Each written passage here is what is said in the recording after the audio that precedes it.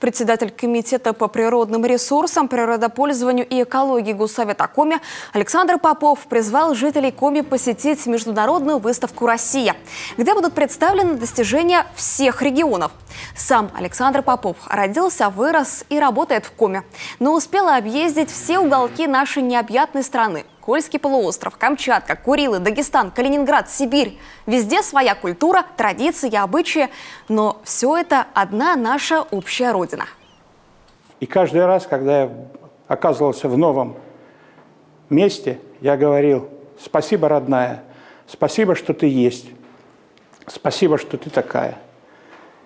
В Москве в этом году открывается фестиваль-выставка «Россия». Я желаю всем россиянам познакомиться с этой выставкой. Сегодня для этого есть технические возможности. И обязательно впечатлиться теми достижениями, которые есть сегодня в России. И чтобы мы все вместе могли сказать: «Россия, поехали!» Международная выставка-форум «Россия» пройдет на ВДНХ с 4 ноября этого года по 12 апреля 2024.